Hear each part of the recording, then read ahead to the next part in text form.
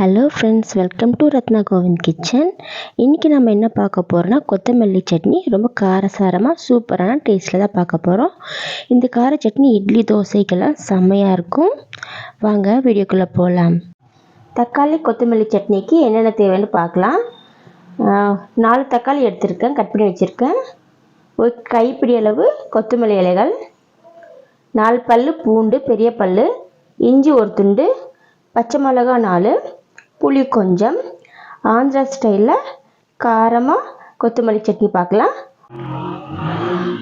எல்லாத்தையும் முதல்ல தாளித்து எடுத்துக்கலாம். முதல்ல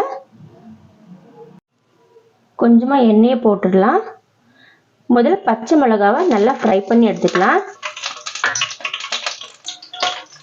பூண்டு போட்டுடலாம். இஞ்சி சின்ன சின்ன பீஸாக கட் பண்ணி போட்டுக்கலாம்.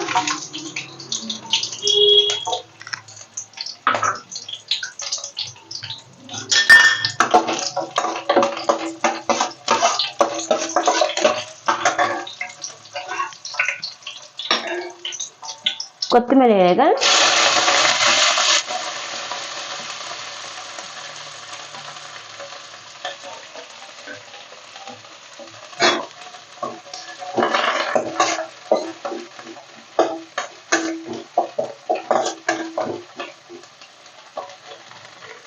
ஃபைனலாக தக்காளியை போட்டுடலாம்.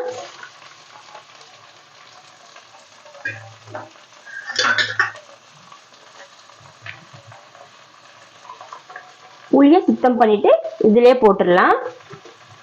நல்லா வேகட்டும். ஒரு 5 நிமிஷம் போல அப்படியே வேகட்டும். ஒரு பிளேட் போட்டு க்ளோஸ் பண்ணிடலாம்.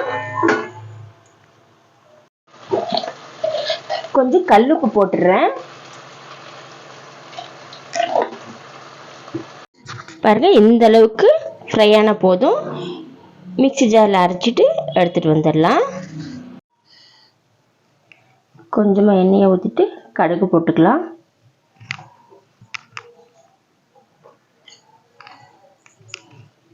சீரகம் கொஞ்சம் போட்டுக்கலாம்.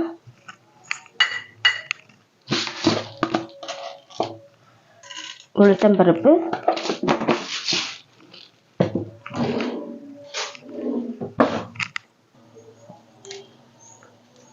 காஞ்ச மிளகாய் 2 போட்டுக்கலாம். கருவேப்பிலை,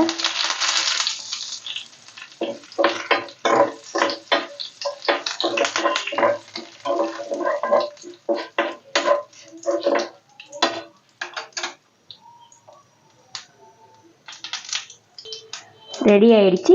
சட்னியில் எடுத்து கொட்டிக்கலாம். இதை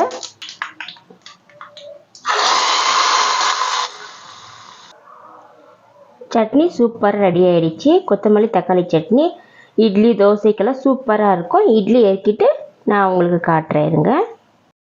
இந்த சட்னி நம்ம இட்லி கூட தொட்டு சாப்பிடும்போது 2 இட்லி சாப்பிட்றவங்க கூட 4 இட்லி சாப்பிடுவாங்க. அந்தளவுக்கு டேஸ்ட் பயங்கரமாக இருக்கும். நீங்களும் ட்ரை பண்ணி பாருங்கள். தேங்க்ஸ் டு வாட்சிங்.